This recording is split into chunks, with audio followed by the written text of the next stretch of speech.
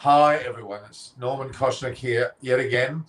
We're restarting our evening shows a bit earlier. Thankfully, not as late as what we had started during the actual IPL season, which we had 27 nights of incredibly late times, but now it's a more comfortable hour, especially in India. I have Sumitra Bose here with me, an incredible journalist, a man of great intellect, but also a lot of fun as well. We're getting two more Siddharths joining us, and as well as Gil. They're both going to come shortly. I promised David Gravity. I can see I've got some regulars here, Sumitra. Ray, he's expecting Chris Vernon, who is playing today at Lord's in a game. And we also have David Gravity. He's one of. Do you know David Gravity, Sumitra? Yeah. Former selector. Yeah, he's the head of chairman selected. A great man, good friend. He's with his grandchildren today, but he'll be with us on Fusion nights. So, looking forward to having them all on there. Adam Hollyoaks on his way to Melbourne to see his girlfriend. He hasn't seen in a while. Also, I think Monty Panasan. These are people who normally come on my show, so they'll be here. But we're going to be joined by Siddharth and Gil very shortly. So I thank you, Sumitra. You are a lot of fun on extra time, and I'm looking forward to having some fun here. We're even more looser. I mean, notice the book behind. What book I have behind me? I can. What's that? Steve Waugh, Spirit of Cricket, India. The photography. It has 10,000 words in it. It has 10,000 words. It's not light on of reading as well. I met Steve a few years ago in Monaco during the Laureus World Sports Awards. Oh, wow. Yeah. Very nice, man. Did you have fun? Did you have fun there? Yes. In fact, there were a bunch of Indian journalists, and obviously he cannot remember them by names, but he could make out by their faces. And, the Laureus people were very guarded and cautious that he's a celebrity and should be guarded like the others. He just kind of shoot them off. He said, no, it's fine. They're my friends. And we all sat in a room and a great interview. So Steve was you're very kind and nice. Yes. Now, if you notice a name that's Sumitra, they're called Official Side. He has a green marking. He's a member, not just a subscriber, but a member. He's asking the original peddlers. Official Side. We've got Pretty's coming, not today. We've got Chris, David, Adam, Monty. They're all going to come back, guys. Don't worry, they haven't left. But we're joined by even more interesting, more exciting people as well. We've got Sumitra, we're going to have Siddharth and Gil here, because today's discussion is specifically on the selections. I know we had the selections announced yesterday, but we've had 24 hours to digest them. And have we already lost somebody, Sumitra? We've already lost one of the standby players, at least. Yes, the fast bowler from Kolkata Knight Riders, Prasidh Krishna. Exactly. Have they announced a replacement for him yet? No, not yet, because he's just tested positive today. So, there is still time for him to recover and be in that bubble, and he can still go. Wonderful. We've got Hot Rod Sonu from London there. So I think it's from London. All right. Do you like Tim Tams, mate? Nirav Sarang? Of course I love Tim Tams. Do I look like I don't like Tim Tams? Sumitra, what do you think? Do you think do I look like I eat Tim Tams? Yes, I do. I'm looking at... Is it cold? Is it cold in Sydney? Yeah, it is. It's actually, when I say cold, it's 18 degrees Celsius. It's not warm by any means. It's not cold either. But pleasant. Very pleasant. So 2 days ago, I interviewed Steve Waugh at length. And it was great. He's a great guy. Has an amazing foundation. When are you starting this conversation? I've got it ready to air now. I'm going to put it live very soon. I had the conversation already 2 days ago. No. I'm saying this one, the current one that we're having now. We've started. Okay. No, I would have otherwise posted it in the Twitter account, so it can also go live from there. No, you can. Give me a second. Can you give me a second? Okay. Sure. I'll talk. Thanks. So, Henry Nicholls, he is number 8 in the ICC Test rankings. We'll mention Henry Nicholls. We're going to talk about the New Zealand side and the Indian side. Now, you all know that India's announced their 20-person squad plus a further 4 so-called what would you call them? They're so-called reserves, or what's the name for the 4 players that are standbys? Azan, there is this boy, his name is Arzan Nagwaswala. Yes. He's a left-arm fast bowler from Gujarat. Very promising boy. Really? And he's come out of the blue, hasn't he? Yeah, he's been doing well in the domestic circuit in first-class cricket. So, yeah, I mean, again, in Australia, there were a few surprises when we took a big squad, like Natarajan playing a test match we never expected. You never know what is going to happen. But, I'm excited. I'm excited to see all these. And he's a very fast left-arm pacer, and left-arm pacers are a breed that we don't get to see very often. Very good left-arm pacers, and exactly. You never know in a long series. You never know. You never know, and the reality is that you're going to have a lot of are going to be consistent. So he's it's almost like the surprise factor. I think it's important to have players that can come out and play well, like another Rajan. Mind you, we'll go through the squad a little bit in a minute. But yeah, you have players such as Natarajan. Now, is he injured, Sumitra, or is he available to play? Oh, Natarajan. Which player? Natarajan, he's gone. He's just undergone. Yeah. T. Natarajan, he's gone under knee surgery, so he will take time to recover. Okay, so he's not effectively been dropped or left out. He's no. He's injured. He's injured. So they're saying that we've got comments there saying I'm still surprised with no backup wicketkeeper. We have KL, Rahul, and Saha are both subject to recovery. That's true, because that is interesting, because they both are under some sort of a cloud. But is this new opening batter that they've found from? I think he's from Bengali, from the Bengal region. You know what I'm talking about? The player that's from that. What's his story? He can keep as well. Is that right? What's his name? Hang on. The fellow is. I have it. Hang on. Let me just confirm. I've got to get these names right. Abhimanyu Iswaran. He can keep as well, can't he? No. He's an opening batsman. Yeah, but can he keep as well? No, he's an opening batsman. Maybe he can keep, but again, in a test match, he will definitely not keep. No, okay. But I think Saha and Rahul will be fine. They'll both recover. I mean, see, he's got an appendicitis operation, which should be okay in 7 days, and Saha has got COVID. His COVID is not serious, so he should be fine in 2 weeks' time. And don't forget, the test matches are in August. So, well, that's the eventual test match. The one off WTC. That WTC they'll need it for that match. No. Yeah, so it's okay. There is enough time for them to recover. So, okay, let's just go through the 20 players. Now, was there word that they were going to have 30 at one stage? Because I heard Buri at a further mention that they may have had 30 in the squad. But they've only really effectively got 20, plus the 4 so-called standbys. Now, do these standbys go to England? They must. They will go to England. Okay. So, effectively, it's a 24-man squad. I mean, yes, it is. I mean, it's actually silly to have 20 and 4. It's just 24, because if they're all travelling, if the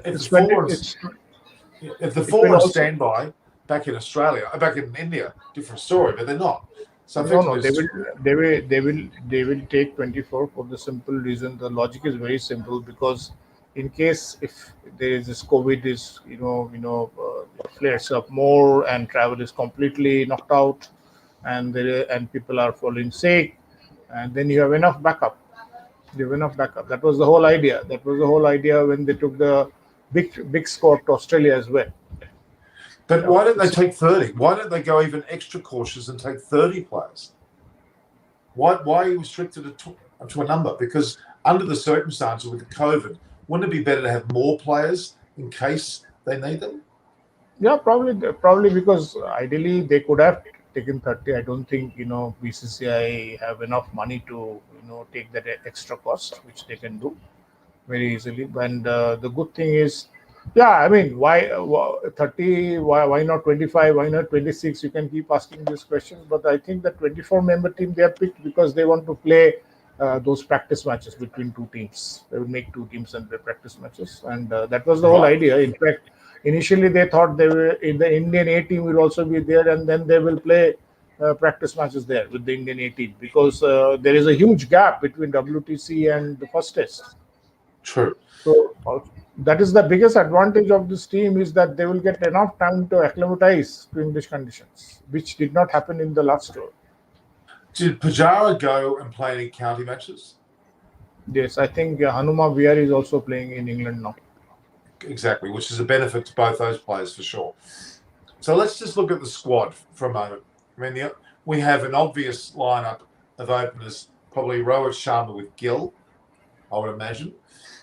At this stage, I mean, Agarwal's in the mix, but he won't be in the final 11, I don't think. It'll be Pujara, Kohli, Rahane. And Hanuma Vihari is there also. Well, Vihari will probably come in after. Vihari would come after that. Then you'll have Pant. Then you'll have Rishabh Pant. Rishabh Pant can keep wickets, so that's not a problem.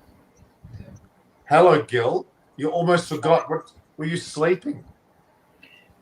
I actually, got myself vaccinated today, so I come back and gone for a sleep. So I'd completely forgotten. Apologies. Just completely, skipped my mind. That's right. I'm going to be the host. So I'm going to put myself in the middle. All right. Gill, do you know Symmetry? You know Gill? Yes. Yeah, of course. Yes, Yeah. I met him. Hi. Hi, Soumitra. So I was going to have Adam Hollyoak, David Graveney, and Chris Vernon here as well, but they're not available because Chris is playing. You've met Chris Gill, haven't you? Have you met Chris? Yeah, I've met him. Yeah. He plays at Lordsdale or something. Another game there. He's always bragging about his Lords game. So what we're doing, Gil, Sumitra and I were just talking about just generally about the selections, just generally at this point, and surmising a typical Test 11 with the likes of your namesake, Gil. It's not you playing, is it? No. Okay. It's not. Gil's pretending. I think this is Shubham and Gil's brother here. I'm not sure. Okay. Right. Probably if you go a few generations back, maybe there might be some connection, but not immediately. Yeah. But you're wearing a US shirt. What are you trying to? What's with this US shirt business? It's US Polo. That's the brand. Nothing else. Are you trying to tell us that you've just come off a polo pitch and joined us here? Is that what you're trying to say? No. There's a lockdown in the city. I know those tricks. Where's your polo stick then? If you're going to prove you, it should be. I don't play polo. I don't know how to play that sport. Okay, I can only play cricket, and yeah, that's about. You only know how to wear polo shirts. That's all. All right. Okay. So we were talking about the side. Obviously, Rohit Sharma's going to open the Gill. That's predictable. They won't change much. They'll have Pujara at first, Kohli second, Rahane third drop, and you'll have Vihari probably following that. Hunt. Jadeja. Would Jadeja and Ashwin both be on your side? Would you have both of them on the Test side? Yeah, see, the way I see it, this Indian team is never going to play a test match without less than 5 bowlers. So I see both. I see both Ravindra Jadeja and Ashwin in the side, and we have seen, in the last tour as well. Almost every test match they lost a bowler to injury. So also, Virat Kohli prefers to play 5 bowlers. You rarely see him play with only 4 bowling options. So I think the number 6 batsman is going to be Rishabh Pant, and 7 would be Jadeja, and then you'll have Ashwin at 8, and then the 3 fast bowlers. Okay, so Bumrah, obviously. Bumrah, Ishant, and Shami. I'd go with that for the World Test Championship. Then when it comes to the 5-match Test series versus England, I don't think Ishant Sharma can probably play all 5 Test matches because of late he's had a few niggles, he's gotten injured here and there. So I see Mohammad Siraj do playing at some point of time. I'm surprised that Bhuvaneshwar Kumar has been left out of the squad So why because is that? Sumitra, why do you think that's happened? It's not because of injury, is it? Injury. He's injury prone. That's the problem. yeah, that could be the only reason, because if you just go by the skill levels of someone like Bhuvneshwar Kumar, and not to forget, he's amongst the only, amongst the only Indian pacer who can actually bat a bit. The last time India toured England, I think he had 350s in the first four innings. He's somebody who India missed, but you can't really do much if he's injured or is very injury prone. But I do see someone like a Mohammad Siraj playing in England in one of the five tests for sure. Not sure if Shardul Thakur will get a look in, but I certainly don't see Ishant Sharma playing all the five test matches because of his injury concerns and the workload management. But what I see is that this series is going to be huge for someone like an Ajinkya Rahane. I feel someone like an Ajinkya Rahane is the Schrodinger's cat version of a cricketer. He never seems to be in form. He never seems to be out of form. Just when you feel he's not scoring runs, he'll play a brilliant innings, but then he will not follow it up. We saw that in Australia as well. He probably had a very good, brilliant 100 at MCG in the first innings, but after that there was nothing in the next four innings. Same versus Okay. England.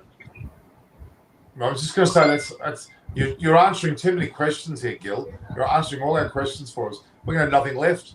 But there's one question I want to ask about Sumitra and all three of us. Thakur.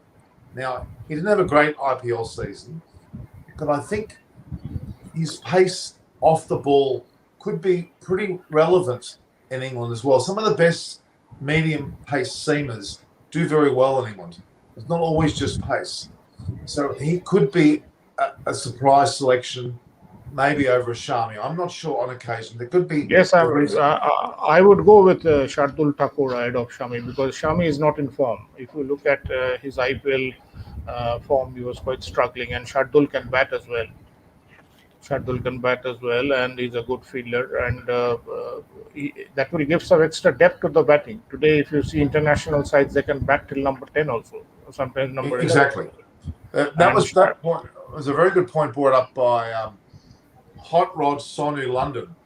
Not a great name you got there, Hot Rod, but yes, I mean, I have a gut feeling that Virat will back these younger boys because they have shown great merit during the Australian series, and it will be only fair to give them that long rope, especially in English conditions where Shardul Thakur will have a little more pace. He will bowl with more energy, and the fact that it will give some more depth to the batting. And he has good perches on the ball. He has a very nice bowling action. Not only that Shami is very good with his cutters. Shardul is equally good with his Absolutely. cutters. So in fact, in English conditions, when the ball will get old and the ball will hold on because that Duke ball is very good in terms of quality, Shardul's cutters will also work. So in that way, maybe if you really weigh the two people, Shardul will have an extra edge because he can bat as well. We're forgetting one more name. We're forgetting one more name in the squad. That's Umesh Yadav. I know, in the 10 years of his Test career, he's been pretty underwhelming, to put it politely. When it comes to playing Test matches overseas, he averages more than 40 outside of India.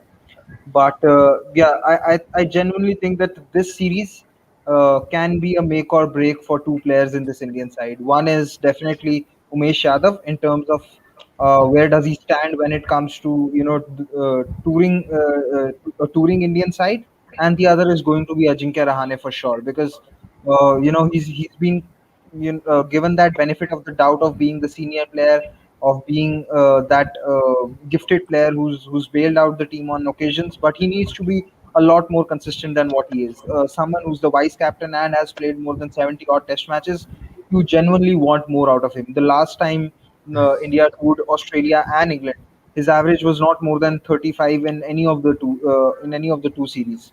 So someone like an Ajinkya Rahane really needs to pull things together this time, and I'm hoping that he scores around 400 runs minimum in the five or the six test matches that he's going to play.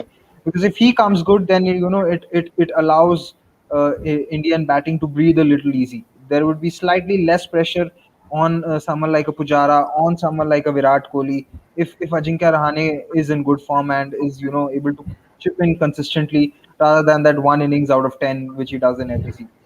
Now have a look at Vihari's scores. If this is correct, Sumitra. I know. Not Yeah, very it's early. impressive. It's not at all. In fact, 0, 7, 31, 2, and 9 are not at all impressive scores. But No. when a selector picks up a player, they like you're backing Shubman Gill. I mean, Shubman Gill has nothing to show. If you look at his scores during England series and the IPL, he really has nothing to show. Sometimes you back certain players and expect them to perform. And once once Rahul is back, you have options. It's not that we don't have options to replace Bihari. We have enough options. That you have a Mayank Agarwal, you have a Lokesh Rahul, and you have enough batting strength. So uh, while it is all right, Bihari stats are there 0, 7, 13, 2, and 9 are not great scores.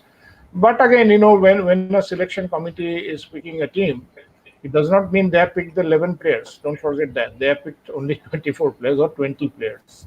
And what Gill has said, I just wanted to add something that there will be additional pressure on Rahane and definitely Umesh Yadav. I think there will be more pressure on Rohit Sharma, Rahane if Rohit Sharma does very well. Because Ajinkya Rahane is the vice captain, and don't forget that Rohit Sharma is the vice captain in the limited overs format, and he'll be one man be hungry to get scores in England and prove his test credentials. And if he does that, then you can very well imagine that the pressure on Ajinkya Rahane will be even more. Just to add to what Gil has said, it is just not Umesh Yadav. I think there will be pressure on Mohammad Shami to perform as well, because I would add one more name to the list. He has mentioned two. I would add Mohammad Shami to that list as well, because we have with Avesh Khan and all this new crop of fast bowlers coming through the ranks, he would be also under pressure. I mean, Avish Khan's a great threat.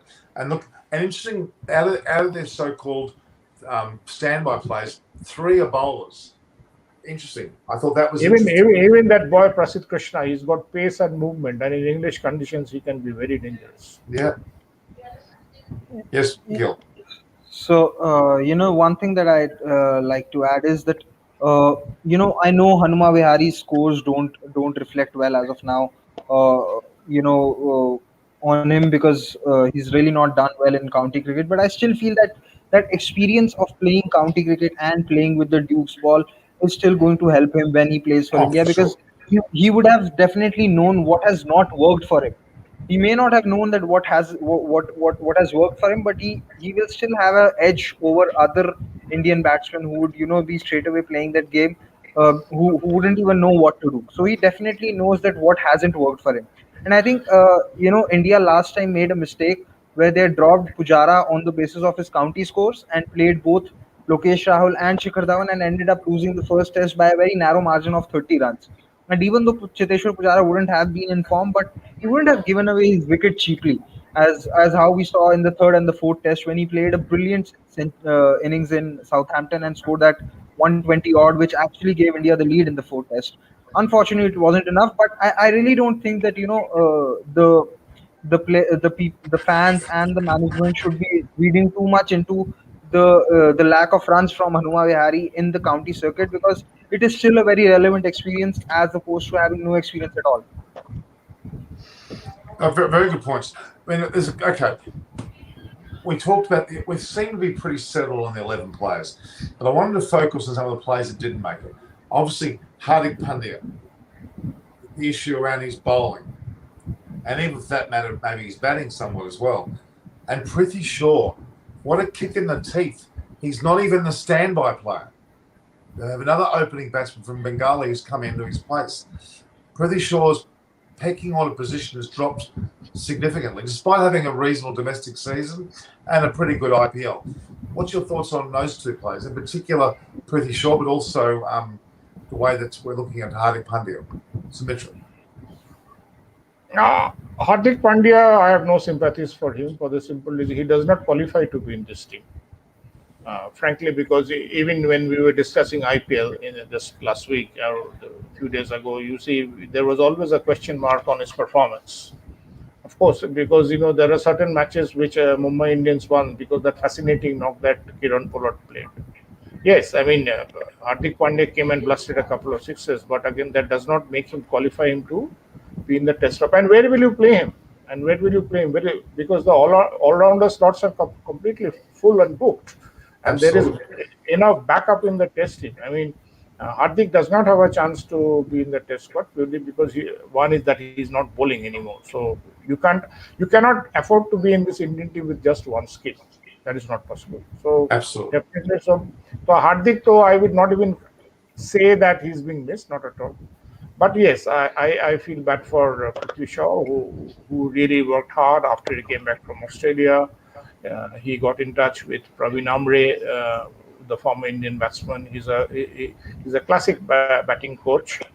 He spent a lot of time with him in the Delhi Capitals dugout in the camp and rectified a lot of his batting, which was very, very evident during the IPL, the way he was batting, the fluency with which he was striking the ball.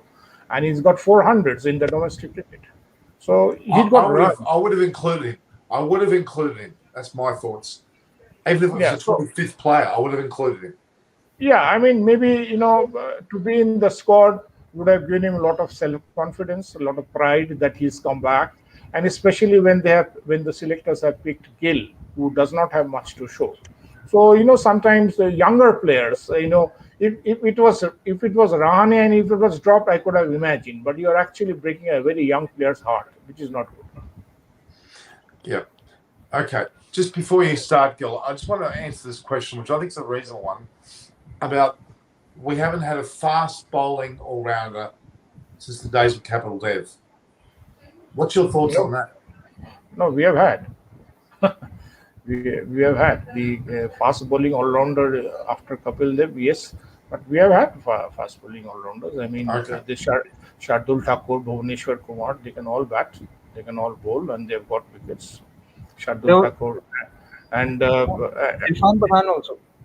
Exactly, Irfan Pathan is there. So we have of course. We've got fast bowler. Yeah, not in the same caliber as Kapil Dev, but Kapil Dev's generation was different. And these guys are playing in an entirely different generation. How many test matches did Kapil Dev play in a year? How many matches did Kapil Dev play in a year? So look at the number of matches our boys are playing. I mean, they are probably playing 250 days out of a year, which is huge. And the frequency which they're playing, the injury management, the concept of cricket, the variety of play, everything has changed. So it is very easy to ask questions, but when you really analyze, look at the workload management, what it is now was not the same during Kapil Dev's time. So I think people are, not even Irfan Pathan, even at the current generation, cricket only increased after that, after Irfan Pathan's generation. But the amount of because the concept of cricket has totally changed. Like Hardik Pandya was actually a bowling all-rounder, right?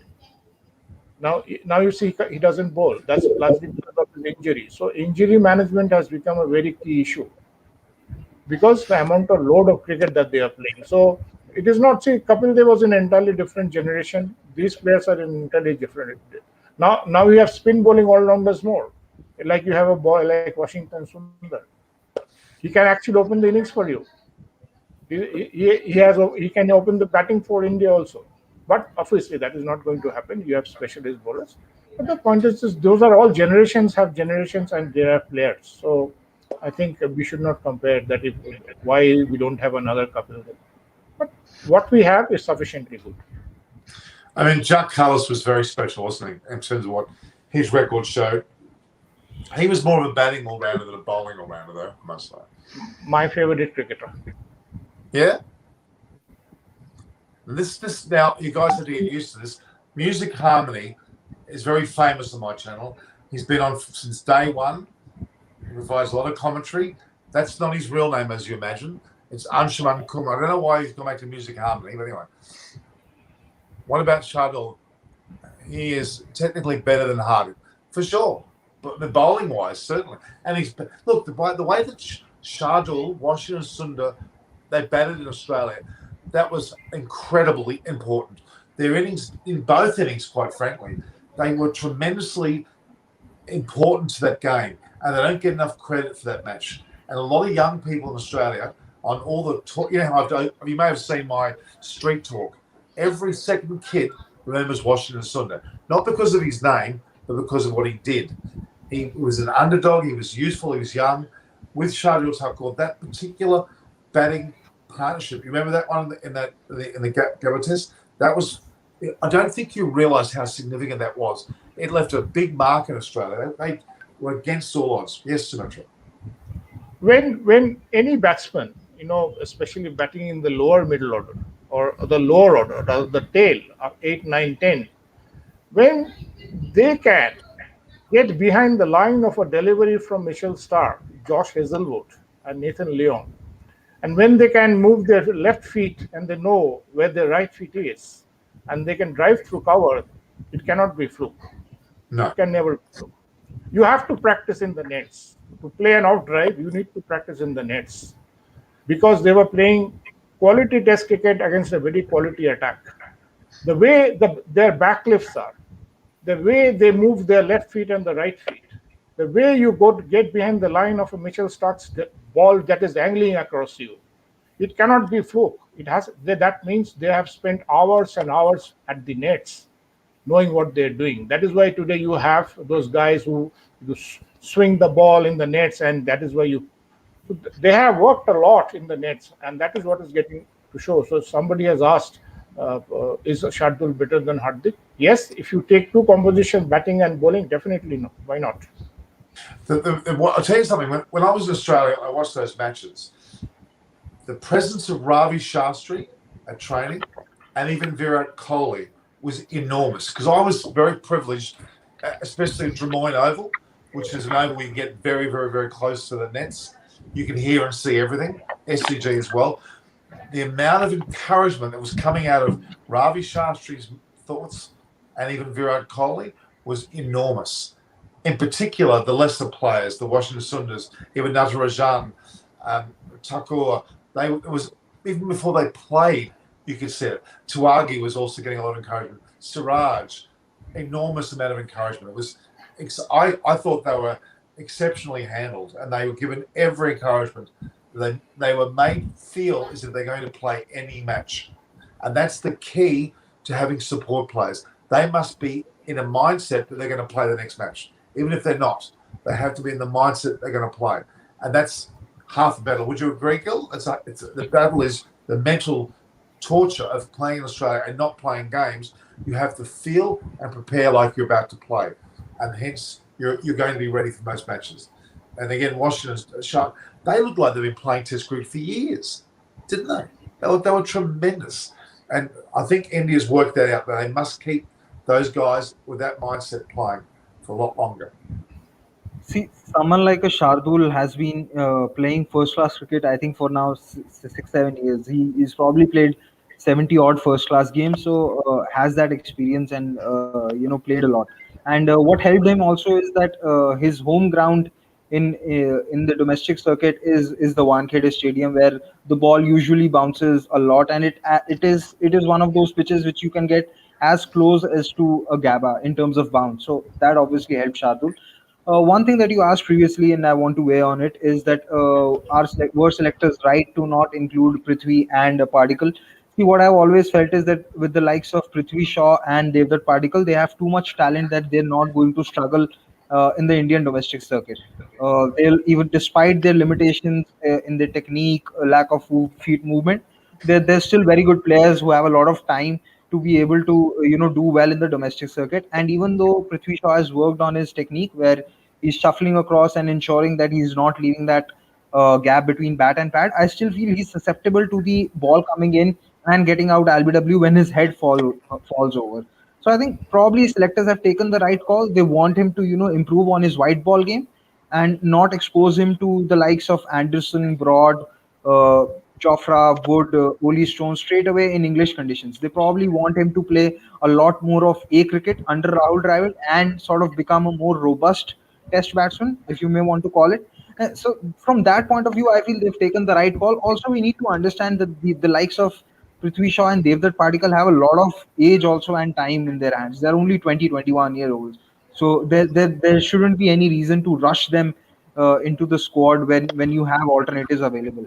But previous Indian sides, they were rushed in. Earlier on, they were rushed in. Yeah, but and we saw what happened with Prithvi. He played the test matches versus West Indies at home, scored runs. It's not his fault that they came at Rajkot against an West Indies bowling attack which didn't have Jason Holder and Kemar Roach. So it's not his fault. But just to take those two test matches as an example and then sort of say that okay, he'll be successful overseas, I think was unfair on him in the first place. Now that they've realized that where they went wrong, they want to correct it, and I think they should be given that benefit of the doubt.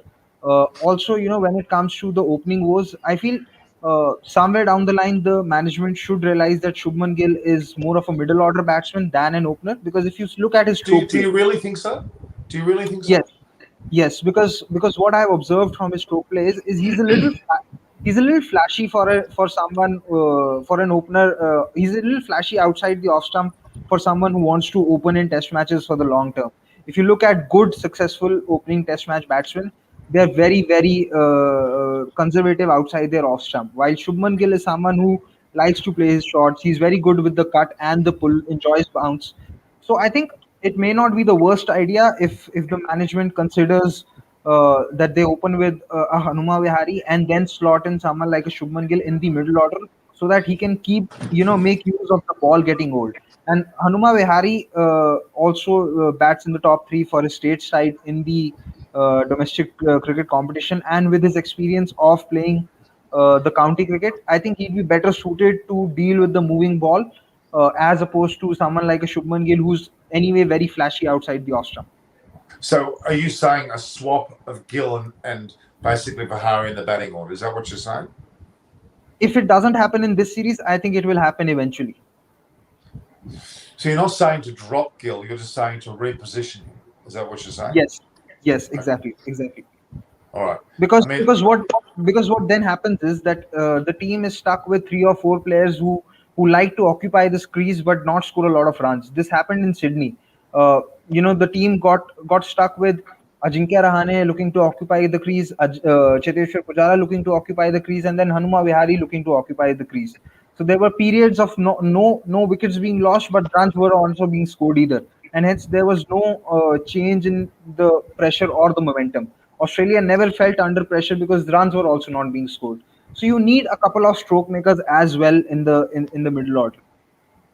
And they're very good points. So Mitchell, what do you think of Akshar Patel and Washington Sundar? Are they just going to be there in case, or are they going to be given a real go at some stage in this series, particularly the England series?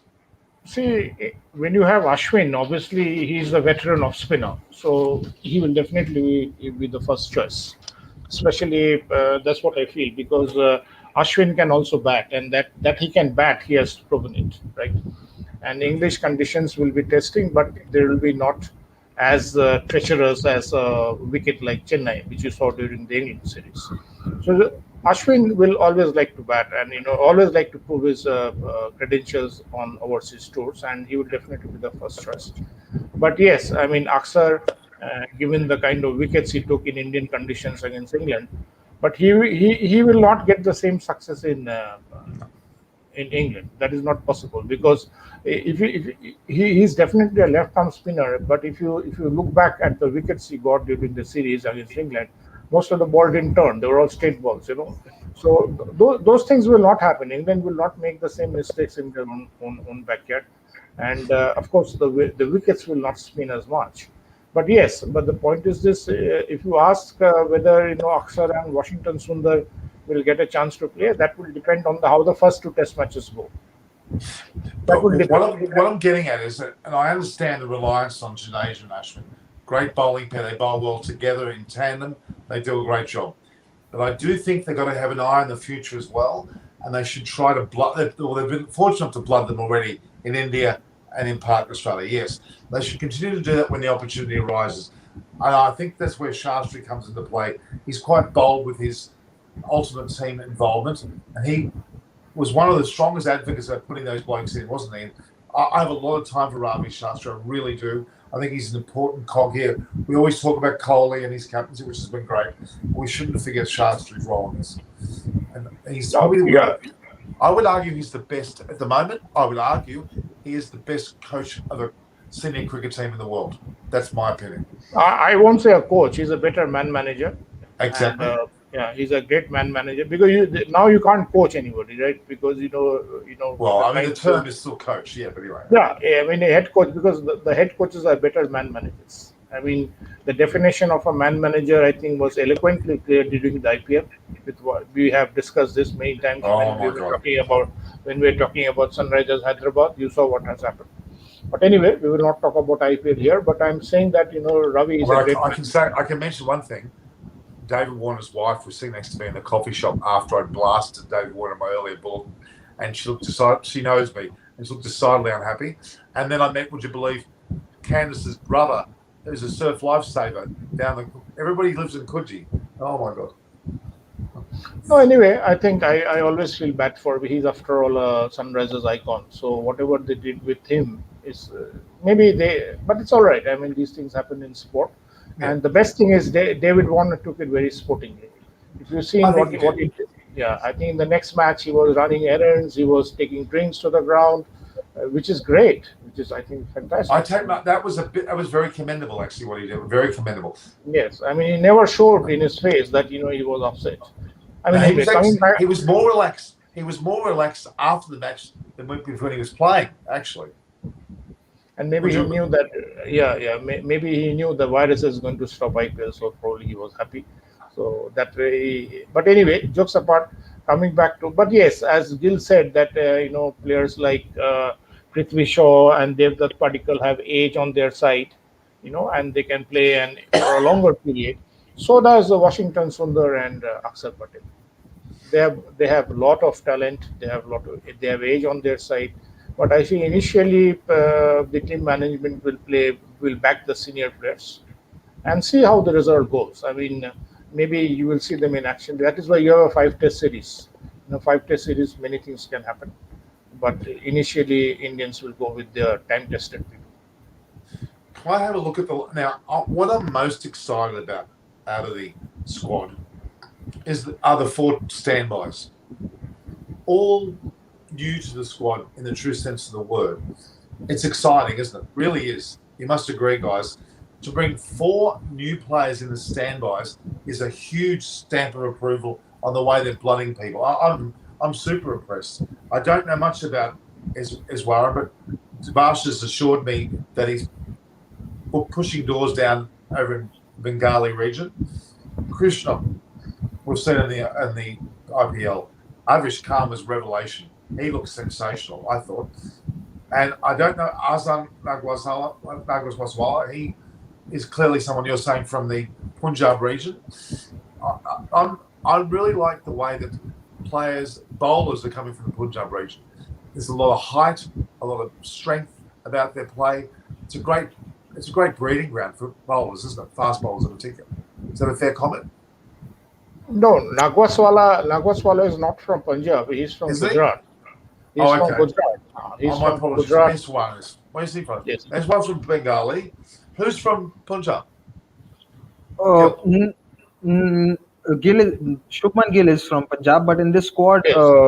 No fast bowler is from Punjab. I'm mistaken. My apologies. But what you said is something is a theory which was endorsed by a lot of Pakistani cricketers as to why they had a lot of fast bowlers from the Punjab of Pakistan, because it was relatively a cooler area, and they said the diets and the weather helped them train better.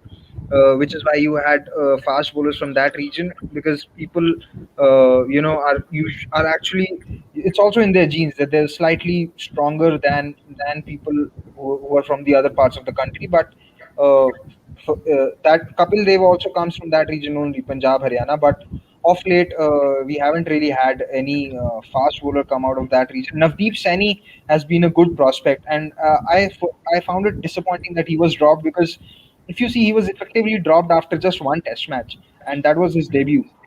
He was dropped after Sydney in the fourth Test. He was injured after bowling 8 or 9 overs on the first day.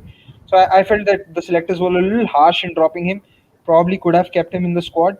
And the way I see it, they've dropped Sani and taken Prasidh Krishna. Both of them are very similar bowlers. Both of them lack control.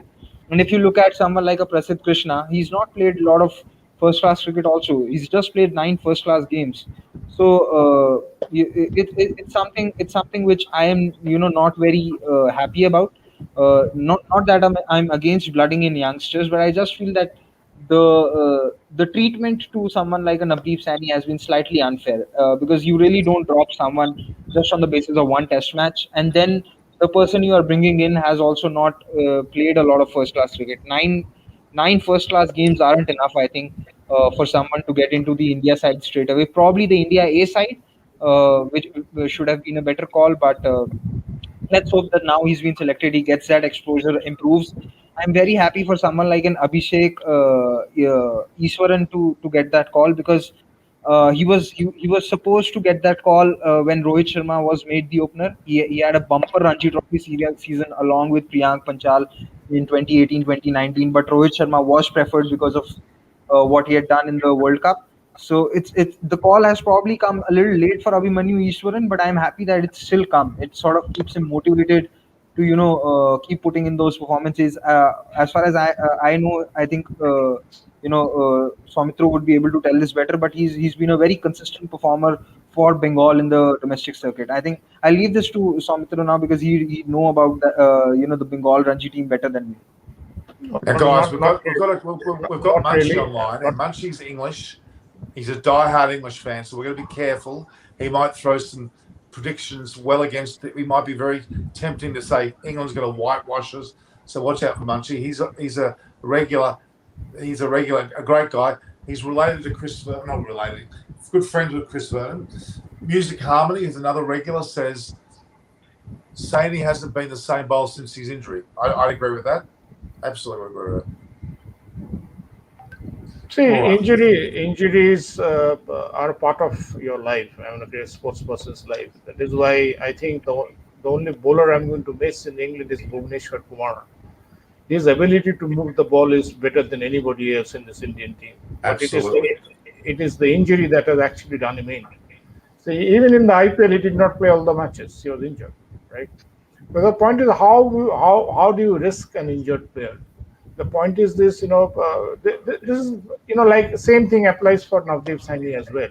I mean, injuries, they can really scupper your life. I mean, this is what is happening to some of the younger players. That is why when we were talking about Kapil Dev and why we don't have another Kapil Dev, it all comes down to workload management, right? So the workload now and workload it was during Kapil Dev's time are the heaven and hell.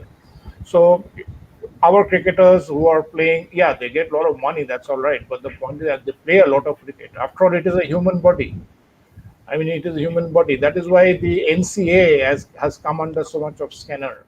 Because, Indians were not very clear about the nature of injuries that they were having. Shami is a clear case in point. There's a clear case in point. His performance in IPL is nothing to write about. Very average performance in IPL. In fact, we need some fighting words, Sumitra and Gil, because Music Harmony has said this: India loves 6, and he's Indian, by the way, but he's trying to jinx. I don't know. They're not playing that many games, but I think there's another thing I've got to warn you about. When Adam Hollioake comes on, whatever I predict, he expands. If I say 2-1, it becomes 7-1. Norman said 8-1. Norman said 9-1. They drag these stats out to embarrass me. So be ready for that. I'm just warning you now. Okay. Adam Hollioake winds me up big time. He may have been captain for England, but he winds me up because the entire series between India and England, I think I said it would be 4-0. and it became 17-0 or something in the end. He dragged out the exaggeration. It wasn't my thing. Okay. All right. So let's have a quick look at the four. I want to go through them. We've talked a bit about them, but okay. Iswaran. He's young. He's got good stats in the Bengali region. He's been consistently scoring runs, hasn't he? Hence, he's knocked down the door. Do you think that he could play in this series? If something goes awry with Gill and Vihari, would he be an immediate selection? Would he come in? I don't think so.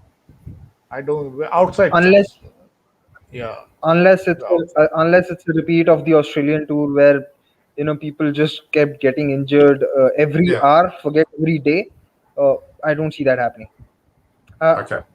If all goes well, I don't think even KL Rahul or Riddhiman Saha will make it to the 11. But you never know. But regardless, India will play a couple of practice games. I think they're supposed to play an India versus India A game. So that's going No, to be a good.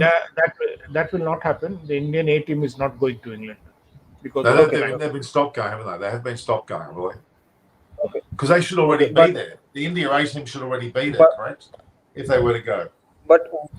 But whatever inter-squad games we'll have, because there are 24 players, I think that itself is going to be a pretty good experience for someone like an Abhimanyu Easwaran, because he wouldn't have faced even the Indian bowlers in India enough. Facing them in English conditions will be a very very uphill task and a challenge. So it's good for someone like him, and I hope whatever he gains out of it, he's able to practice it and put it to use whenever he comes back or wherever he plays. Really happy for someone like him to finally get the nod, because he is scoring runs by the kilo, or by whatever weighing scale you want to use. But he was being very very consistent over the last couple of seasons. Unfortunately, before the team was being selected for the last tour, he also got COVID, if I'm not wrong. So it's been a few hard couple of months for someone like him. Good to see him finally get that call. But they don't. I mean, realistically, they're not having breaks, are they? They're not having breaks as an overall group of players. Admittedly, they're going to play the WTC, and they won't all be playing. There'll be a bit of a gap to the series in August. But they're effectively on the road, aren't they? They're effectively on the move. They're not having a true rest period. The likes of Stark. Now, Stark's just been on a 6-week holiday with his wife, Alyssa Healy. Now, I'm not saying he deserves it. I'm just saying that's what's happened. There's an element of break I think they need to be thinking about realistically. I'm a bit concerned about the workload of the Indian squad heading into a World Cup. They've had the Australian series, the England series at home, the obviously the IPL, moving into the WTC, moving into a England series, and the Australian World Cup. It's awfully long, isn't it? It is. In fact, I would reckon the Indian cricketers are the toughest in the world, given the kind of somebody like Rishabh Pant, who has played all formats. He's been playing non-stop cricket, and he's been in a bubble since August last year. Amazing. And But he's excelled. He's one of the players that have excelled in a general sense. yes, and that is what I'm saying. Despite being in a bubble and excelling, needs a lot of mental toughness, apart from your cricketing skills. At the end of the day, it is a coordination between your mind and body, right? Sport is all about that. And yeah, so I don't want to talk about the IPL, but I would have loved to see the Delhi Capitals win. I really would have liked Rishabh Pant and his team to win, but we'll have to wait till probably 2022 for that one, because we will not see an IPL this year. I'm pretty sure we won't. What do you guys think? If at all in September, but again, you really don't know, because I think I was reading somewhere that Sri Lanka is also an option, because India will like to host the T20 World Cup, but I don't think, given the current circumstances, it will be possible. Then I think Australia will have sufficient reason to ask why Australia did not hold the World Cup last year. I think Australia there's a fair bit of discussion about that right now. Actually, there's a bit of that press at the moment. And if you remember, it was in July that ICC decided Australia will not host the World Cup, and that window was taken by by IPL, right? So Right. It is high time that ICC now decides that whether India will hold the World Cup or not. because if you see, we are in the month of May, June, July, August, September, October. So by July, ICC will have to take a call. And I don't think, given the current situation of COVID, India can afford to host a World Cup and in 7 or 8 different places. Certainly not. Maybe Absolutely. 2 or 3 places. No way. And India is a big country, you know that, because if you are hosting matches in Mumbai, to have a entire World Cup in Mumbai may not be possible. So there are a lot of logistic problems. Plus, there are tax issues. There are a lot of things that are not clear, and But I think IPL might happen sometime in September. So there was a substantial failure of the IPL as they had too many grounds used at the start. They could have avoided perhaps some of the issues had they quarantined like they did in Australia, purely Sydney with Canberra. Even though we didn't have a severe situation, they may have stopped a lot of that bleeding of the COVID cases where grounds were involved. I think that may have been one issue for sure. There are many reasons, Norman. I mean, in fact, in the last discussion we spoke that cricket sometimes defies logic. It's more political than anything else. Absolutely. And you know that we discussed all that. You have to keep state associations happy. First of all, I think that opening the doors to fans in Chennai and in Motera, when when the stadium was being inaugurated by the president of India and allowing 60,000, 70,000, it was ridiculous. We know our own friends. There have been bunches of boys who went from IIM Ahmedabad to the ground. Everybody had COVID. Everybody had COVID. These stories will never come out in the open. This was ridiculous. That's what I'm saying. Logic never defines what should be done. But I think ICC should see logic, and this is the time to make sure that you take decisions made from the head, not from the heart. Politics cannot rule cricket, and that is the problem with Indian cricket. That's a good question. I think Vishnu has talked about a player there. I mean, Ishan Kishan is a keeper as well, isn't he? Yes. So, Ravindra Jadeja, despite having a very good record generally at the top level, he has had a pretty good record. Is it about time they think about someone else ahead of Saha? What do you think, Gil? Probably, but I don't think Ishan Kishan fits the bill. There's been KS Bharat, who's been a part of Indian squads on a couple of occasions. He's been the backup. So if you just follow the order of incumbency, he should be the person who gets in the call ahead of Ishan Kishan. Ishan Kishan really, I don't think is ready for first class cricket yet or Test cricket yet. So I'd wait on it.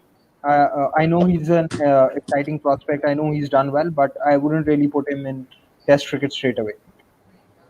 Okay, that's a fair call. I thought I'd just bring it up because I'm hearing a lot of discussion about that in general. To be honest, it's not the first time I've heard that. So I'm just getting so. Okay. All right. Okay. The other. I mean, you're getting compliments from Munchie. That's a big statement there, Mr. Bose, as he's mentioned. You talk sense. That's a big statement. Oh. See, I told you. It's a big compliment. Look, we've talked a bit about the Indian makeup. I wanted to talk a little bit about the New Zealand makeup. The likes of a Henry Nicholls, who's actually been rated very highly on the ICC stats now. And then their bowlers. And there's a lot of talk about their bowling coach, Jorgensen, has been out there in the press saying that Bolt, Southey, Wagner, and Jameson is almost like a West Indian quartet. What's your thoughts on that? They're going to be a bit of a threat, aren't they, in this WTC? Yeah. In terms of height, yes. In terms of their height, they definitely match the West Indians. But jokes apart, they're equally good. We have seen Kyle Jamieson the kind of lift he was getting from those almost dead wickets was excellent. Bolt, as you know, is fantastic. And Wagner did not play any matches, but he can be equally good. And their bowling attack is quite lethal. And the World Test Championship would be definitely something to look forward to. And that is where our Indians would get tested. That would be the first test for them, and it would be That's a an solid, exciting match. It's an exciting match. very I'm very really exciting. excited about this. And don't forget, their batting is equally good.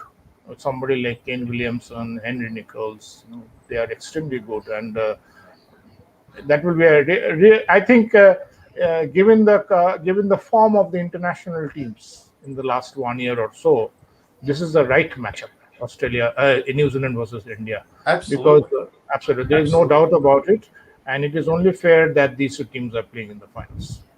Can you imagine if I can't remember the combination of games, but was it if England were to win one more match against India, that would have meant Australia jumping across the top? That would have been disgusting. I would have been annoyed because Australia did not deserve to be there. Full stop. They were In not fact, built. Virat Kohli, when he was asked about the World Test Championship, he said it means nothing to us. It's just another Test match. He was quite. He didn't take it very seriously. I mean, it's just that because as you rightly said, there was this question. This press conference probably happened the before the third or fourth Test match, if I'm not wrong. And people asked him that, what do you think of the World Test Championship, and what if India did not qualify? He said it really does not matter. Does not matter to the Indian cricket team. And that was the point in time. Just to take this large squads to Australia, he said that the idea, the focus of the Indian team management was to have two sets of team which can replace each other at any given point. And I think that is the mission that the Indian cricket team is showing, and that is why you have 24 players who have been selected. And this is another player we have, Devin Conway. Have you guys had a chance to see him footage of Devin Conway bat? Have you had a chance? No, I didn't. In the short format, he was unbelievable. I've seen. Gil?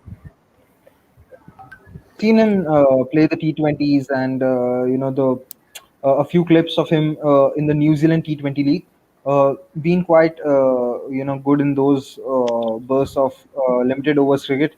Not seen him much in first class or Test cricket yet, so can't comment on that part. But looks a very great prospect.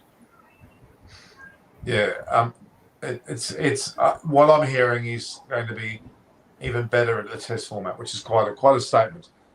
Okay, what about Deepak Chahar?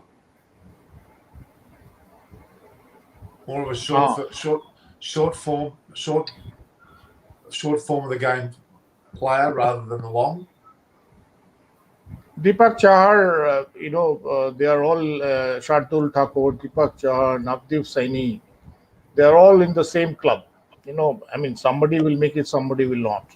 Like Deepak Chahar probably will be more suited to the limited overs in Indian conditions. But again, you can argue and say why he is not there, why not there. But you can pick as many as there's a limit to how many players you can pick.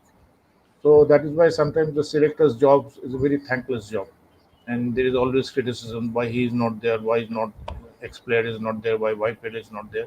Yeah, but Deepak Chahar has been, I mean, no doubt about it. His ability to move the ball, which we have seen in IPL.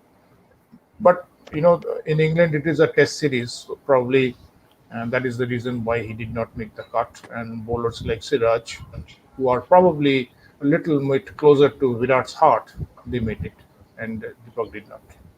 Maybe if Dhoni was captain, maybe Deepak Chahar would have made it. I don't know. That's true. I think you're right there. But I think it's got to do with the pace at which Deepak Chahar bowls at. Eventually, what happens with someone like Deepak Chahar is, and we saw this happening with Praveen Kumar also. The ball might swing, but if the pace is slower, the batsmen are still able to negotiate it because they get slightly more time on their hands to negotiate it. So I think Deepak Chahar actually needs to work on his pace slightly. Probably if he can improve it by the 3 or 4 kilometers per hour, it might help him, because he consistently doesn't bowl at 135 also. So probably needs to bowl at 135 at least, because when the ball goes soft and there isn't a lot of swing or any assistance on offer, you can't have bowlers who are just putting the ball out there. You need someone That's true. who can either bend their backs and extract some bounce, or keep bowling a probing line. With Deepak Chahar, you sort of don't get both when the ball goes old, and it is something which he struggles from even in the limited overs format. If you see, even Dhoni doesn't bowl him in the second half of the innings. He's more predominantly bowled in the power play as long as there is swing. Once the swing goes away, he becomes ineffective. So that is one of the reasons why Deepak Chahar is not in the squad. All right, look, guys, we've had an amazing discussion. We've had an incredible response. We've had a lot of people online. It's been wonderful, guys. Testament to you both. I'm going to keep, if you want, guys, I'm going to have a regular time, 10:30 time slot every day now, which is 6 o'clock your time. If you're available, I will send you a link. I want you to be. You both have been fantastic. Siddharth couldn't make it. He's just messaged me. But in the future, you'll be mixing with a lot of English players, Adam Hollyoaks, Monty Panesars, David Graveney's, Simon Willis, Chris Vernon. They're all going to be online, guys. So I encourage you to be a part. It's going to be great simulation. India versus England, of course. And I'll try and get some New Zealand involvement as well before the WTC. It's been great, guys. I really have appreciated your time online. It's been wonderful. I knew you two would be good. I love you two on extra time. I asked Tabash's permission. He said no problems. We're a one loving family. We really are. So if you want anything, you can come on my channel anytime. We've got a great response here today. And your content, you both are starring, guiding lights. I'm really impressed with you. And Munchie's a very tough critic. He's loving you. We've got people going nuts about you. So No, you please ask him, why did he say 6-0? I mean, why not 5-0? He's being cheeky. He's being cheeky. Oh. You see, we exaggerate on this channel. I normally say India's going to win 5-0. And then next week, did you say 6-0, 7-0? Then Adam Hollyoaks says 12-0. The numbers get out of hand. And I get upset saying, guys, there's only 5 matches, only 3 matches. Does he have a crystal ball like yours? My crystal ball, not as good as mine. Not as good. In fact, it's too early for my crystal ball because we haven't got to the games yet. But I have an early prediction, though. I should get my crystal ball. I think New Zealand's going to make it very tough for England. It's going to be a very, very tight match. If India can win this WTC, they can truly say they're the number 1 test team in the world. Absolutely. Because there's so many negatives against them. The location, New Zealand's got a lot of warm-ups there. India's just come off a tour. Really, there's a lot of negatives there. If they can get over this hurdle, they've gotten over Australia, England, and then New Zealand. They are number 1. Clearly number 1. They should really have a big pat on their back. This match is more... I think Kohli was underplaying. This match is more serious than any match. This match is really important, as it's important for Test cricket to have a World Test Championship. I think it's important. It needs a crescendo. It needs something to aspire to, and that's what we need for this. So, guys, I'm on the same time slot tomorrow at 10:30. I know Chris Vernon and Dave Graveney will be there. If you guys want to turn up, I'll send you the link. You can make your time. You can be there for a short time, punch with the English guys, and then run away. Sure. All right. Thank you both. Thank you both, Sumitra and Gil. You've been absolutely fantastic. Thank you very much. Pleasure. And I'm going to send you cups. My cups, I'm going to send you a cup. Send me your addresses. I'll send you the cups. All right? Thank you.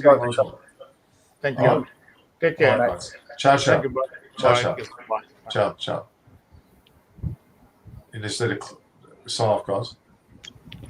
I have a little bit of a monologue. Okay. So, guys, wasn't that a wonderful format? Most of you, Munchie, Arani, Amsal, you're all here. We're going to talk a bit long. We haven't gone yet. We're waiting on Siddharth to join us. He may join us as well. Every day, basically every day, unless something unusual happens, every day we're going to have a 10:30 time slot, which is 6 p.m. in India, and I think 1:30 p.m. in England, and all other time slots. We're going to have a regular time slot. Bilal Studio, Hot Rod, Sonu, London. We're going to have a regular time slot here of 10:30 Australian time, 6 p.m. Indian time, 1:30 p.m. England time. And I think US is early in the morning. Regular time slot, lots of great guests. Adam Hollyoaks, we're going to David Graveney, Chris Vernon, Monty Panesar, Pretty will be on there. Sure, Parter will be on there. We'll get obviously Tabash's when he's got time.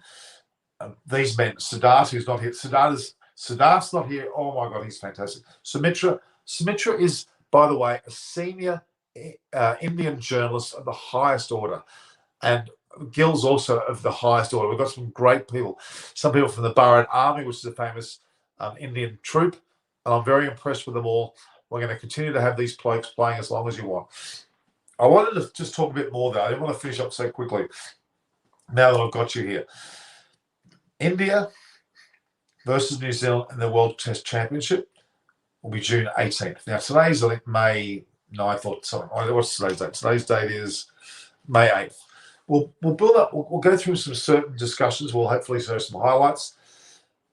Guys, I'm going to be pressing the button in the next maybe 5 or 10 minutes. I'm going to provide you with a special on Steve Waugh, the former Australian captain Steve Waugh. I have a 25-minute video of Steve talking to me, and also some of the highlights of his book, The Spirit of Cricket India. You can see behind me. This book is amazing. I want you to watch the video. I was very fortunate to have Steve Waugh for a good amount of time. A partner and I both had him there. So Munchie, Australia's on the green list now. Will he make it to England this summer? I want to. I seriously want to. If I can do that, I will. There's no reason why I can't. So Munchie, I've got your cup, Munchie. Did you know that? Did you know I've got a cup for you? I've got a cup for you that I'm going to give to Chris. In fact, Munchie, tell me your address, and I'll send it to you directly if you want to. All right, so let me know your address. So we need to be able to Boaz is brilliant. Sumitra, very clever man. And Siddharth's not here. Siddharth's normally here as well. Siddharth is absolutely fantastic. So what time is 7:30? 8? Come.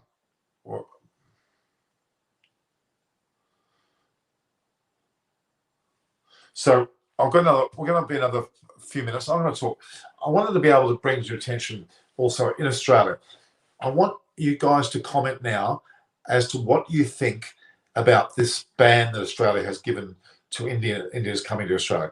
Now, why I'm asking is because some 39 or 40 or thereabouts of the players, the officials, such as also the support staff, the media, the commentators from all walks of Australian life have been quarantined temporarily in the Maldives in resorts, very expensive resorts.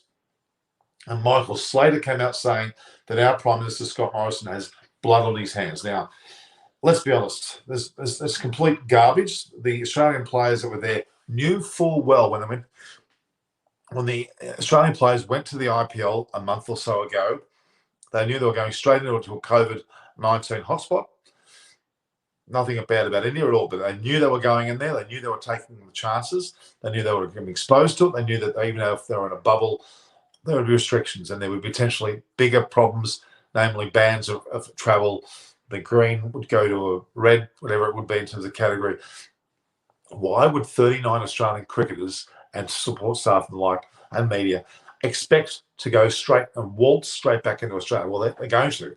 They've gone to Maldives and they're basically in a lap of luxury there in some multi-$1,000 a night resort at, I'm guessing, the IPL's expense.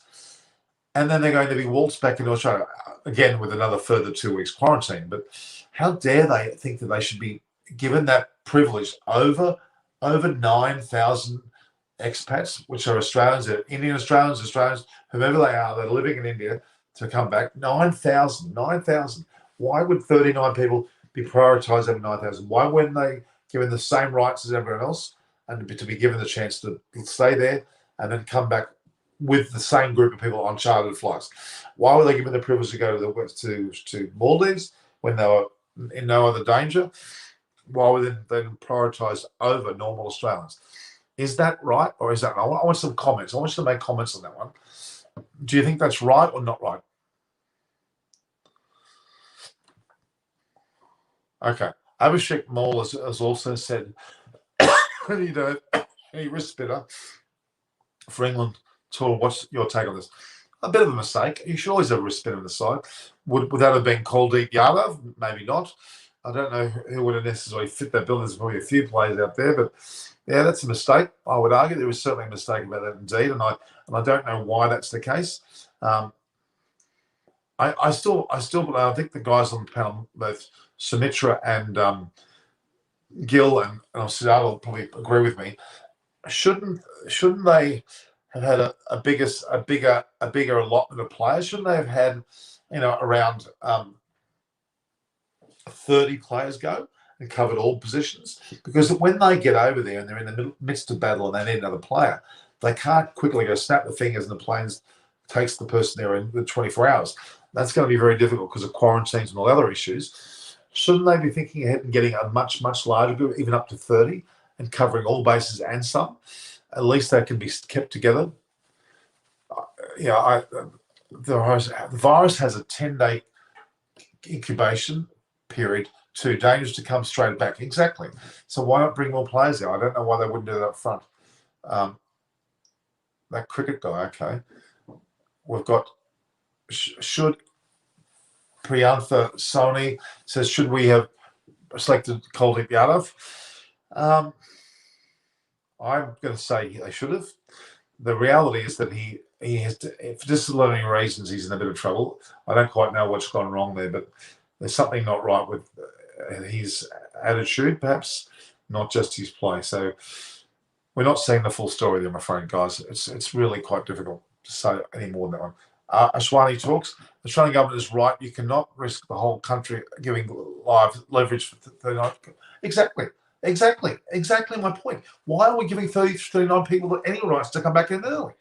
There's 9,000 other Australians in India. Let them be a part of that 9,000. They have decided to go to the IPL. IPL would have gone for another few weeks anyway, to the end of May. It would have gone to the end of May. They would have been there at least till beginning of June. So why early May, even though the IPL stopped, why should they be giving privileges to come back quickly when they feel like it? They're making millions of dollars. They should be able to then understand that if you want to earn millions of dollars in these cases, sometimes things don't go your way and you are treated the same. I'm absolutely livid with the fact that we have 39 Australian players, media, claiming that there's blood on their hands, and Michael Slater, the idiot, saying that we should be taking them immediately, and they are promised to do the wrong thing. What a load of garbage.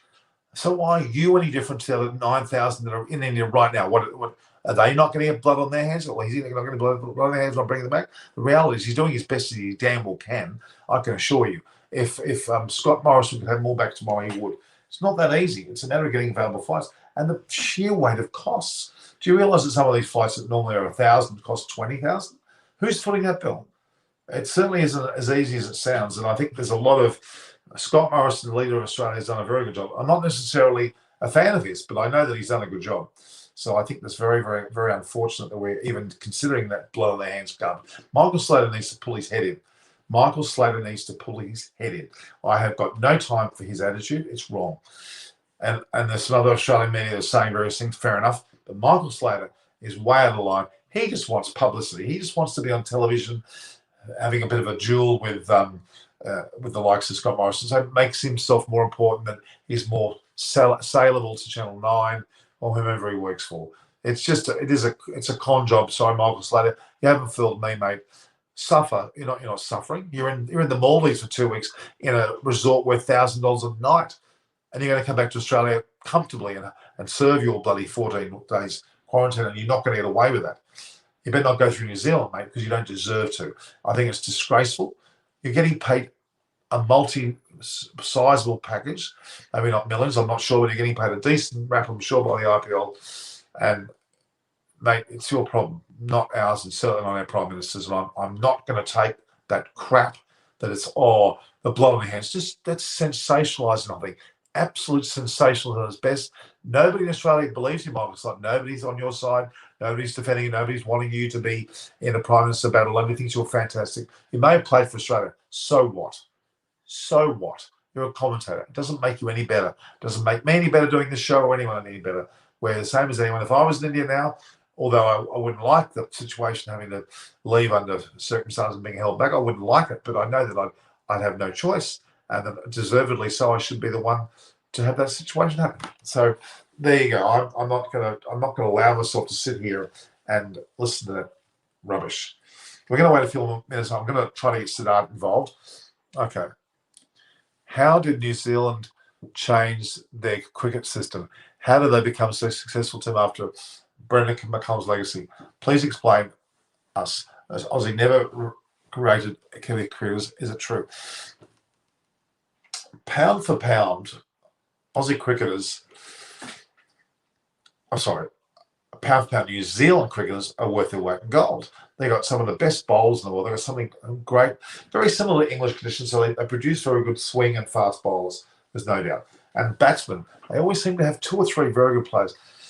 Not always the whole team, but in a lot of cases they do. They have some great wicketkeepers. Brendan McCullum, BJ Watling is a fantastic, but he scored many centuries. In fact, very much a stupendous performance from him. He's in great form. He's a tremendous player. They've got another batsman there as a keeper, really.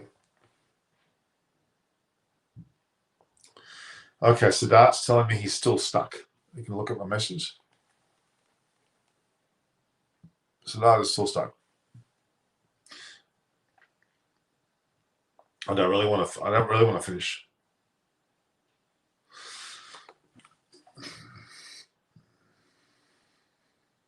So we'll get them on again another time. There's no problems. I'm going to ask them 3 more questions, guys. Okay. This is a pretty relevant point.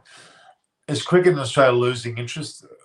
Not so much like New Zealand, because young generation want to do a lot of other things apart from cricket. Very less. Well, women's cricket, it's not the case. Women's cricket is on the rise. In Australia, in particular, in Sydney, we have more teams, more players, more available. They are growing in numbers. So women's cricket is on the rise, completely against the grain of men's. Men's cricket has been falling for some time now.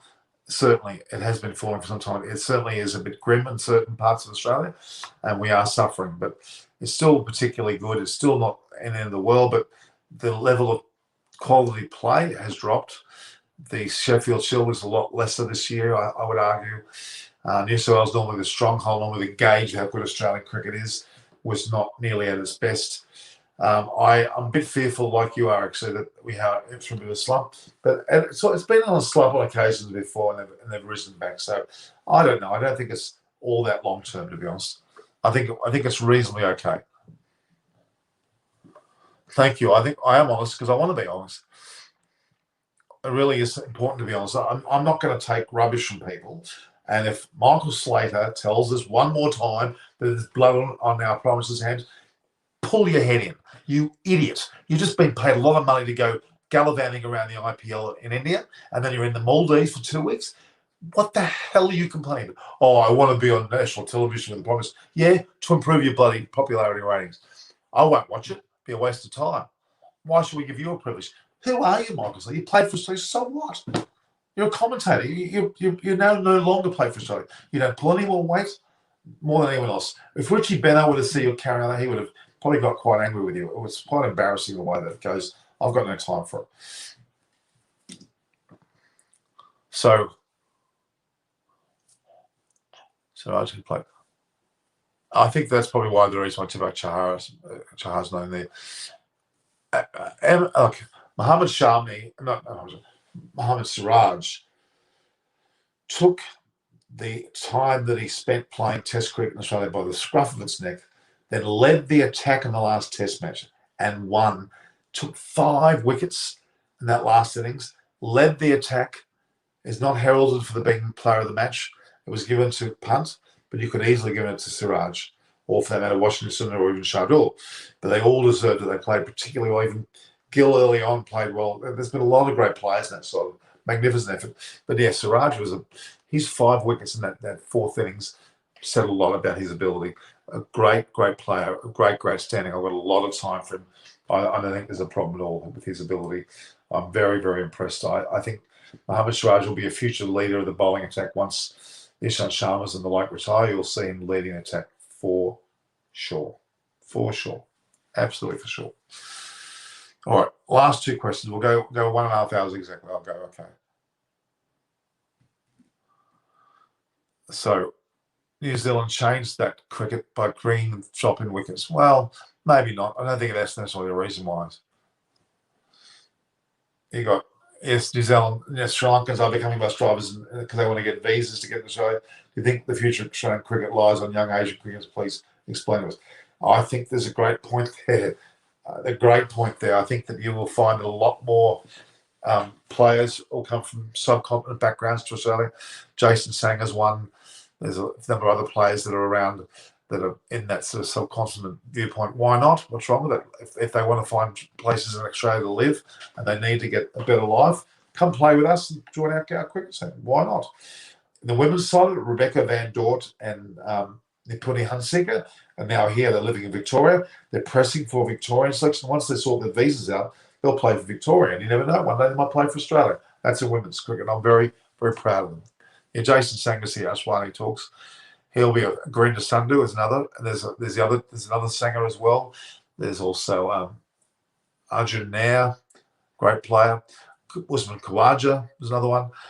Usman Khadir was playing state cricket and he could have played for Australia ultimately, but went back to Pakistan, got married to a girl from Pakistan. So really there's a lot to be said about that as well. I've got a lot of time for why not? If someone's good enough to play cricket and they're not getting a Guernsey in India or Sri Lanka or Pakistan, come here. We'll take you on and we'll embrace you with both of our hands and give you a great go and be very proud to have you playing for Australia. Why not? South Africa do it. England do it. New Zealand do it. New Zealand have got Ben Stokes for that matter. He was, well, it's all around. Ben Stokes came from New Zealand to England, but they have Devin character. We've got him playing from South Africa. South Africa's playing an England side. Why not? Why not? It's open right up. Zen opened a station in New Zealand. What's your take on it? Well, SEN's going well in Australia. Why not go to New Zealand? No reason why not. Devin Conway is South African born. I know that, yep. Love from Nepal. Thank you from Nepal. I'm glad that Nepal's here. What will be KL? What will be KL Rahul? What will he all happen to him? If he's recovered from his injury, both KL Rahul and Ridham Saha will be fighting for the second wicket position. I think I would use KL Rahul because he can keep and he can bat, so I would put him ahead of Ridham Saha. I think Ridham Saha's days are numbered. I think he's played well. I'm not saying he hasn't played well. He's had a good career, but I think it's time they move on and they start giving other players a bit of a go there because he clearly isn't not as good as what he was, especially in the batting. His keeping's okay. Colin de Grunholm is Zimbabwe born. Okay, that's a good point. Grant Elliott, Neil Wagner, South Africa. Grant Elliott's a great bloke. Yeah, I tend to agree with this. I keep saying that. Should Kuldeep Yadav been in the Indian squad? Why not? But there was in Australia, there was disciplinary reasons for him. He was not really that well behaved in Australia. I don't know whether he improved in India, but I think he probably wouldn't have. Hence why he's probably not on the out at the moment, which is sad, very sad. Saha's wicketkeeping is very, very good, but his batting has fallen apart. I think he's nowhere near what he was, and most shot punts like 100 miles ahead. KL Rahul, you would argue, is in front. Siraj is close to Virat's heart, and that's why he is playing. No, it's more than that. He's playing very well. It's not a matter of just being close to someone's heart. If you're playing well, you deserve it. You deserve to be in the side, so that's for sure. All right, guys. We need more questions, and I'm sorry we haven't got more people to join me. Does Vihari deserve a place in the 11? Well, he does because of his performances in Australia. He batted particularly well with Ashwin and saved a test in Sydney. That's a huge, huge, huge thing. It's very, very important to remember how that fits in. It's a huge position. It really does mean a lot to the way he played in that match. It was brilliant. He was sensational. So I have a lot of time for that performance. Okay, so no problems at all. He deserves to be there big time. Looks like we're back, guys, in this time frame. This has been a great time frame from 10:30 till midnight. I'm going to have more people tomorrow night. We're going to continue this time frame every day. As long as you wish to be here, we'll be here as well. So definitely tomorrow and the day after will be certainly part of this. So what's my playing 11 for the Indian playing 11, I've already said it. Rohit Sharma and Gill, Pujara, Kohli, second drop. That's 4. So at 5, you've got Rahane. 6, you've got Punt. 7 and 8, you've got Jadeja and Ashwin. And then you've got Bumrah at 9. Ishant Sharma 10, perhaps 11 being probably, well, I would have said Siraj, but Mohammad Shami may get the nod early on, but it could well be Siraj. It could well be Siraj. It may not necessarily be Shami. And then they've got a lot of young players coming through as well. Samath, Raj, thanks for making this content amazing. That's great, guys. You just keep coming online and we'll keep talking and we'll keep doing things. I'm happy to answer all your questions. I've got some great guests. We've got a lot of people away today, but don't worry, we'll get more and more people online very, very soon. Okay, so don't fret. I'll make sure that we have a lot of guests. Okay. All right. Who will be your supporting India? Well, who will I be supporting? I'm going to be supporting India. I'm an Australian. We don't support New Zealanders.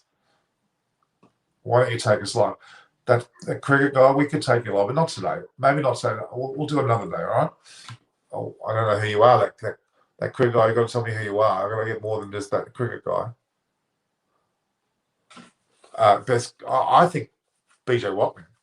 Quinton de Kock, I don't know. I'm not as big a fan as some people. My favourite keeper is actually Naroshan Dickweller, the Sri Lankan keeper. He's one of the best statistically. His stats behind the stumps, second to not many, I tell you. He's unfortunately scored 17 or 18. I think it's 18 now, 50s and no 100s, which is very frustrating. I mean, I have to say Rishabh Pant. Rahul's probably maybe a slightly better batter, maybe, but keeping-wise, Pant's much better than Rahul, and will probably Rahul will never be the actual first class. He won't be the keeper for his country. Alice is shortfall. All right, we've got. Okay, I'm gonna release, guys, while we're talking. I'm gonna release the video for I'm gonna release the video which I promised to do about our friend Stephen Moore. Okay, we're gonna release that for you, and we'll do that very shortly. I'm gonna upload the video for Stephen Moore, which is some 26 minutes and 57 seconds. And I will critique it. We'll get some great responses and add to player listings. We'll go legends. All right, guys. I think it's time we go. I think the numbers are starting to drop off. So we'll actually, as I said, I'm about to upload the Steve Waugh video, which is now about midnight. I think by 12:30 I'll have it up by which is 8 o'clock your time. So please watch the Steve Waugh video. It's my pleasure to have done that with Steve Waugh. I had Aparna Saini from Cricket Conversations with Aparna Saini. She was also there with us. She'll have her own videos of that coming out very soon too. So I want to make sure that we all get that situation happening.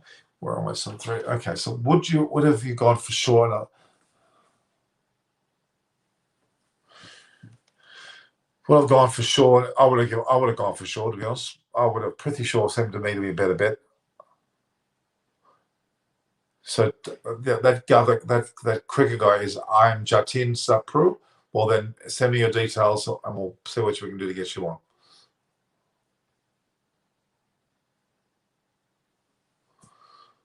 Exactly. When they play Test cricket, they're very much more impactful. That's totally correct. Absolutely correct. I'm very impressed with today's session, guys. I'm very happy to have you back on.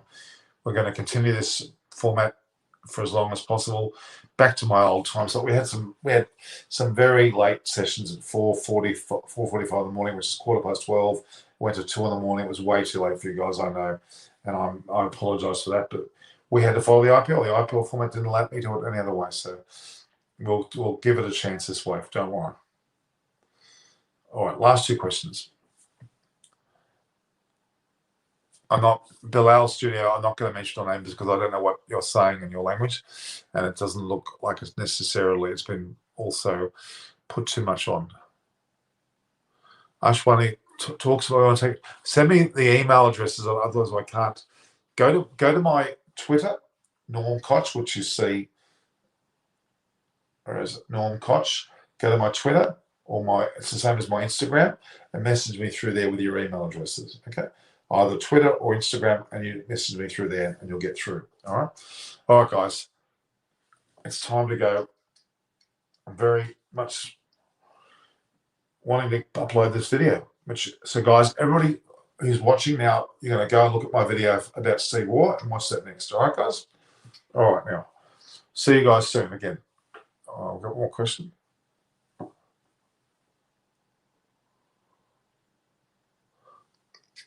They will miss a player like Pane. Of course, he's an all-rounder. They need all-rounders. They will Harsh Patel, not Bhuvi. Maybe that should have happened. Maybe it should have been the case. Maybe it should have been. All right, guys. I'm gonna get going. All right. It's been wonderful having you on, and we'll see each other very soon again. We've had great numbers today. We've had over 3,000 watching, which is a great number. All right, guys. So I'm going to upload the video now for Steve Waugh. If you are viewing, liking, and sharing my posts, I appreciate it. If you haven't subscribed, please just log in and subscribe. It doesn't cost you anything, okay? I would appreciate you subscribing. Otherwise, I can't get the benefits of knowing exactly how many numbers I've got on here. And that's very important to me. Very, very important to me.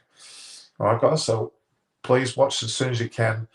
And we'll get on this whole thing as quickly as we can. It's been a good number of people, and it's been a great response back to the way it should be on this channel.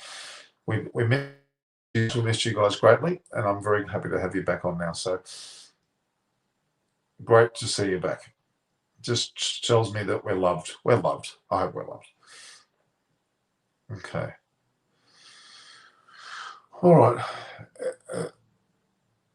Okay. All right, guys. We'll talk soon. All right.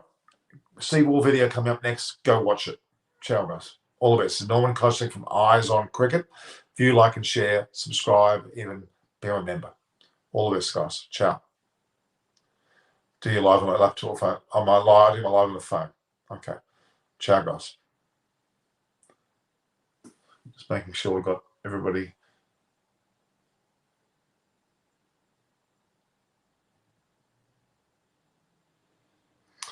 All right. Take it easy, guys. I'm going to be going. We've got 30 people still online. What do you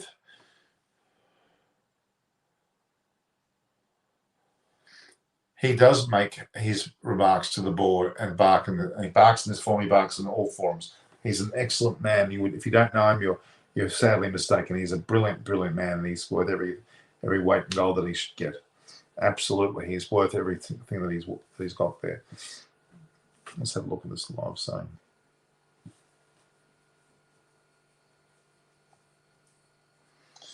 All right, guys. I have texted in this. Okay, good. He's not a test side because he hasn't quite got there. He's had a number of bowls in front of him. He can't say he's not in there. He just simply has too many bowls in front of him. Okay. All right, guys. We'll speak to another soon. All right, I've got to get going. I think that's long enough. Okay, rid of that thing. Okay, new comments. Now, I've already talked about Deepak Chahar already, so that's enough about him.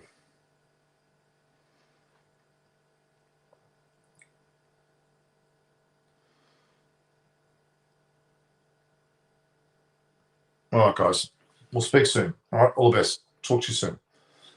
One more last one, and no more questions. So look at my. I'm going to put on my. I'm going to put now on the one for the story. All right. Talk to you soon. Ciao, ciao, guys.